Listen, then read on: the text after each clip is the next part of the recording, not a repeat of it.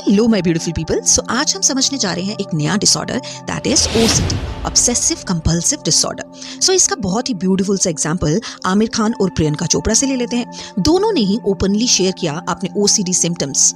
आमिर खान ने बताया कि बार बार चेकिंग करना, परफेक्शन की नीड होना, रूटीन थोड़ा सा भी चेंज होने पर डिसकंफर्टेबल फील करना उनके डेली रूटीन और मेंटल पीस को इफेक्ट कर रहा था। उसी तरीके से प्रियंका चोपड़ा ने भी ये शेयर किया कि कैसे छोटी छोटी चीजें बिल्कुल परफेक्ट होनी चाहिए, जैसे अलाइनमेंट ठीक होना चाहिए, अरेंजमेंट बराबर से होना चाहिए, वरना उन्हें रेस्टलेसनेस फील हो जाती थी। इनकी स्टोरीज हमें बताती हैं कि ये जो ओसीडी है ना, इसके सिम्टम्स हम सभी को होते हैं, चाहे वो जितना मर्जी सक्सेसफुल हो या नहीं हो। अगर ये जो छोटे छोटे सिम्टम्स हैं ना, ये हमारी लाइफ को डिस्टर्ब करना ज्यादा शुरू हो जाते हैं तो ये डिसऑर्डर में चेंज हो जाते हैं। तो आज हम समझने जा रहे हैं ऑब्सेसिव कंपल्सिव डिसऑर्डर डिटेल में। सो अब हम समझेंगे कि ओसीडी क्या होता है। ये एक ऐसी मेंटल हेल्थ कंडीशन है जिसमें बार बार अनवांटेड थॉट्स आते हैं जिन्हें हम ऑब्सेशन बोलते हैं, और उनके बाद रेपिटेटिव एक्शंस या मेंटल एक्ट्स होते रहते हैं जिसे हम कंपल्शंस बोलते हैं। अब ये हैबिट्स नहीं होते, ये ओवर थिंकिंग भी नहीं होते, ये पर्सनैलिटी का पार्ट भी नहीं होते। ओसीडी एक एंग्जाइटी डिसऑर्डर है जो स्ट्रेस क्रिएट करता है और आपकी डेली लाइफ को डिस्टर्ब कर देता है। अब हम समझेंगे ऑब्सेशन और कंपल्शन को डिफरेंट एंगल से। ऑब्सेशन का मतलब होता है कि बार बार आने वाले अनवांटेड थॉट्स जो फियर या एंजाइटी क्रिएट करते हैं।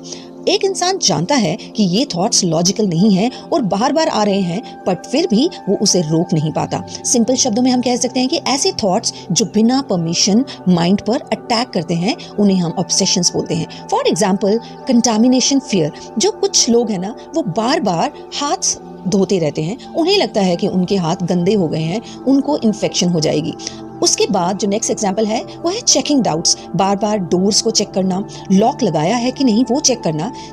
ये जो थॉट्स हैं कि डोर बंद है या नहीं है, उन थॉट्स को हम ऑब्सेशन बोलते हैं। हार्म थॉट्स, जैसे गलती से किसी अपने को नुकसान तो नहीं हो गया। रिलीजियस और मॉरल थॉट, जैसे गलत सोच लिया तो भगवान नाराज हो जाएंगे, ये मैंने आप गिल्ट में चले जाते हो, या ये मैंने ये क्यों कर दिया, अब भगवान मुझे कोई सजा देंगे। इस तरीके के फियर भी आपके ऑब्सेशन हो सकते हैं। परफेक्शन या सिमेट्री में रहना, जैसे सब जस्ट राइट नहीं हुआ तो कुछ भी बुरा हो जाएगा, हर चीज परफेक्ट होनी चाहिए। ओसीडी वाले जो लोग होते हैं ना, इन थॉट्स को चाहते हुए भी रोक नहीं सकते और उन्हें इन थॉट से डर लगता है। ये एक नॉर्मल चीज नहीं है या ओवर थिंकिंग नहीं है। ये अगर आपके साथ लंबे टाइम पे हो रहा है, इसका मतलब कि आप उसके सिम्टम्स में हैं।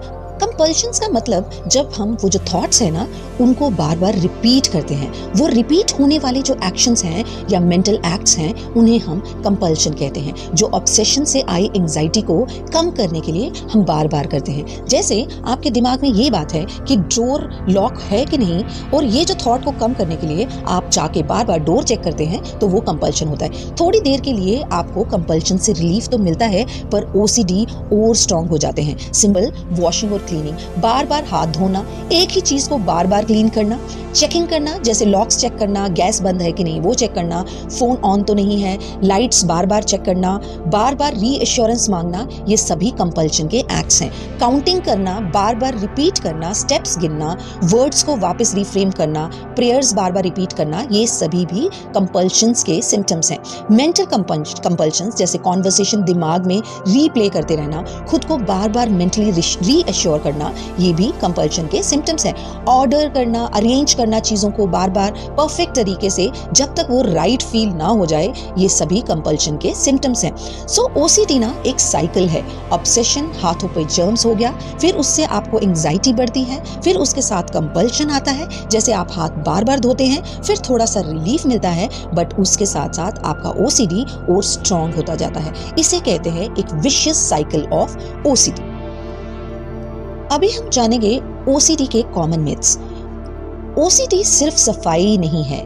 कुछ लोग कहते हैं कि अगर वो बहुत सफाई पसंद लोग हैं, बार बार सफाई करते हैं, तो इसका मतलब उनको ओसीडी है। ये ऐसा नहीं है। ओसीडी परफेक्शनिस्ट होना भी नहीं होता कि कुछ लोग अगर बहुत परफेक्शनिस्ट हैं तो उनको ओसीडी के सिम्टम्स हैं। ओसीडी ऑर्गेनाइज्ड होना नहीं है।